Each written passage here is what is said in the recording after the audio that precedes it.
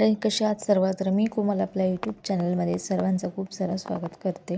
नक्कीच मजेत असाल तुम्ही. तर इथे संध्याकाळची वेळ होती, जवळपास 6:30 वाजले होते. तर मला आज पनीर बिर्याणी बनवायची होती. तर त्यासाठी काल यांनी पनीर घेऊन आले होते.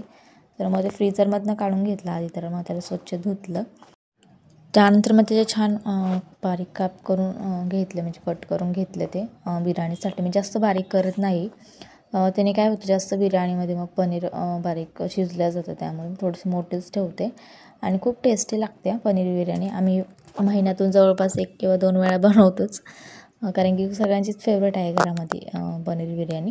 म्हणजे कसं नॉनव्हेज वगैरे खात नाही, त्यामुळे व्हेज ऑप्शन खूप छान वाटतो हा. आणि मस्त टेस्टी होते बिर्याणी, खूप टेस्टी लागते. तर मला वाटतं मी याआधी याची रेसिपी आपल्या चॅनलवर अपलोड केली आहे. जर कोणाला हवी असेल तर नक्कीच जाऊन बघा. आणि जर आतापर्यंत चॅनलवर नवीन असेल चॅनल सबस्क्राईब करून जावा प्लीज. आणि व्हिडिओला लाईक, शेअर आणि छान एक कमेंट करा. आता मी इथून पुढे ना जे कुठल्या कमेंट येईल ना व्हिडिओच्या खाली, तर त्यांचे मी म्हणजे नेक्स्ट व्हिडिओमध्ये कमेंट वाचणार. सो नक्कीच कमेंट करा कसं वाटतं व्हिडिओ, आणि व्हिडिओ शेवटपर्यंत नक्की बघा.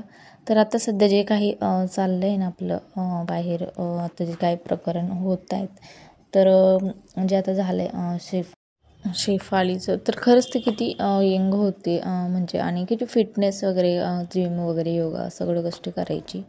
तरी तिच्यासोबत अशा गोष्टी घडल्यात आणि खरंच खूप वाईट वाटलं ती न्यूज बघून. म्हणजे कधी काय होईल माणसाला सांगता येत नाही. तुम्ही किती फिटनेस वगैरे करत आहे तरीही. सो मला याच्यावरनं एवढंच बोलायचं होतं की आता जे काही होतं त्यातनं आपण काय शिकतो हे महत्त्वाचं आहे. नुसतंच न्यूज वगैरे बघून हे काही फायदा नाही आणि टेन्शन घेऊन तर काहीच नाही. त्यातनं आपल्याला काय शिकायला मिळते किंवा आपण काय करायला पाहिजे यावर आपण लक्ष दिलं पाहिजे. तर मला असं वाटते की ज्या काही गोष्टी आपल्याला करायच्या त्या उद्यावर न ढकलता आज आपणच आजच करून घेतल्या पाहिजे. म्हणजे जास्त वेळ असं विचार नाही करायचे की मी नंतर करेल किंवा असं, किंवा काही कपड्याबद्दल किंवा दुसऱ्या काही गोष्टी असतात, आपले बरेचसे स्वप्न असतात. तर जेवढे काही होईल तेवढे लवकरात लवकर केले पाहिजे, जास्त वेळ नाही घालवता. म्हणजे कसं आहे ना, उद्या माहिती नाही आपल्याला काय होईल किंवा काय नाही. त्यामुळं आजचा दिवस आपला शेवटचा असू शकतो किंवा आपण 100 वर्षे जगू शकतो, असं कुणीच नाही सांगू शकत की तुझं कधी काय होईल. त्यामुळे सो ज्या काही गोष्टी आहेत त्या आपण आजच करायला पाहिजे. म्हणजे बऱ्याच वेळेस असं होतं की आपली कुठली एखादी गोष्ट किंवा काही असो, सो आपण आज करायचं कंटाळा करतो आणि असं बोलतो की उद्या करूयात किंवा असं. तर तसं न करता ती गोष्ट जर आपण आजच आवडीनिवडी किंवा कुठं बाहेर जायचं असेल किंवा अजून काही गोष्टी करायच्या असतील तर त्या आजच आपण केल्या पाहिजेत. तर असं नाही होऊ शकत की आपण सगळ्याच गोष्टी आजच करू. बऱ्याचशा गोष्टी अशाही असतात की ज्या आपण आज नाही करू शकत, त्याला थोडासा वेळ हवा असतो. पण ज्या कुठल्या गोष्टी आपण आज करू शकतो, जसं की मुलांसोबत वेळ घालवणं किंवा दुसऱ्या काही गोष्टी, आपल्याला कोणाला काही बोलायचं असतं, बऱ्याचशा आवडीनिवडी जपायच्या असतात, तर त्या आजपासून केल्या तर खूप बरं होईल. तर मी गेले काही वर्षापासून आता हे करते की माझे लग्नाआधी बरेचसे ड्रेस असे होते की ते मी 4-5 वर्ष किंवा अजूनही बरेचसे असे ड्रेस आहेत की 4-4, 5-5 वर्ष माझ्याकडे आहेत, ते मी जास्त वापरत वगैरे नाही. म्हणजे कसं असा विचार करून की मी उद्या घालेल किंवा चांगलं ओकेजन येईल तेव्हा घालेल, किंवा घरातल्या वस्तू असं असतात की आपण बोलतो की पाहुणे आल्यावर मीच तेव्हाच काढणार किंवा असं करणार, मग स्वतःसाठी कधी ते वापरतच नाही. सो असं न करता आपण जे काही आपल्याला करायचं त्या लवकरात लवकर आपल्या आवडी जपल्या पाहिजे आणि जास्त विचार नाही केला पाहिजे पुढचा, की म्हणजे माहिती नाही ना आपल्याला कधी काय होईल. त्यामुळे आहे तो क्षण आनंदाने सुखाने जगला पाहिजे असं मला वाटतंय.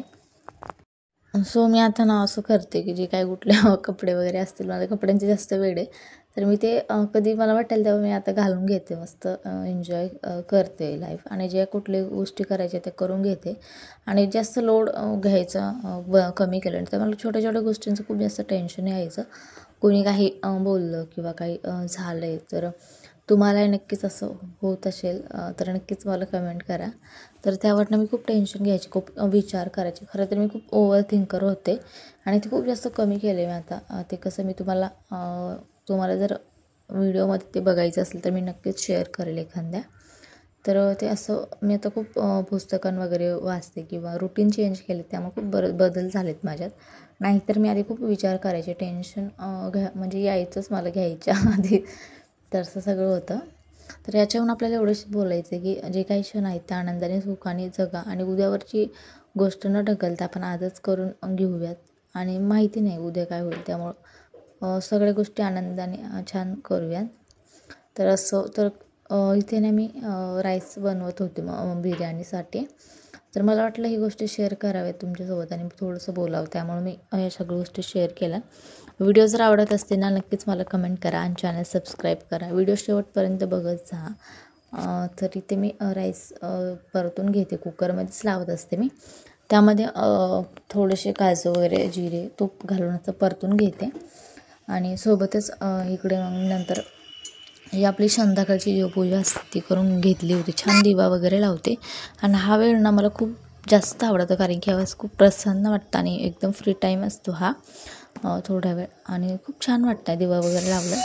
आणि मी रामरक्षा वगैरेही लावत असते. तर इथे मी ना तुम्हाला लसणाची एक ट्रिक सांगते, म्हणजे पेस्ट बनवायची. तर इथे मी लसूण घेतलं आहे छान बारीक बारीक, थोडंसं कट केलं मधून, जास्त मोठे होते त्यांना, म्हणजे आपलं लाटणं असतं ना त्याच्या साहाय्याने त्याला असं प्रेस करून घ्यायचं आणि छान असं बारीक करायचं याला. म्हणजे जसं आपण चपाती लाटतो ना तशा प्रकारे बेळणं पुढे मागे करून, तर अशा प्रकाराने खूप छान पेस्ट तयार होते आणि याची चव वेगळी लागते. तुम्ही जर मिक्सरमध्ये बनवत असाल ना तर ती वेगळी आणि ही वेगळी अशी लागते. तुम्ही एकदा नक्की ट्राय करा आणि जे कोणी ट्राय करत असतील ना नक्की मला कमेंट करून सांगा. आणि खूप छान पेस्ट होते. मी अशाच प्रकारे करते, कारण की मला ना ते थोडीशी बनवायची असते की मग ते मिक्सरचं भांडं लावा, हे करा, मग घासा परत, त्यामुळे मी असे बनवत असते. असे छोटे छोटे ट्रिक वापरते, खूप छान वाटतं. आणि बघा किती छान लसणाची पेस्ट आपली तयार झाली आणि टेस्टही खूप सुंदर लागते.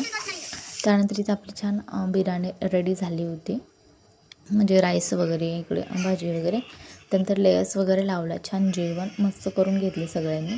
मग किचन वाटा पहिले तर आवरला आणि त्यानंतर हा नेक्स्ट डे होता. तर इथे मी तुम्हाला एक पराठ्याची रेसिपी शेअर करते. तरी मी गाजरचा हलवा बनवला होता.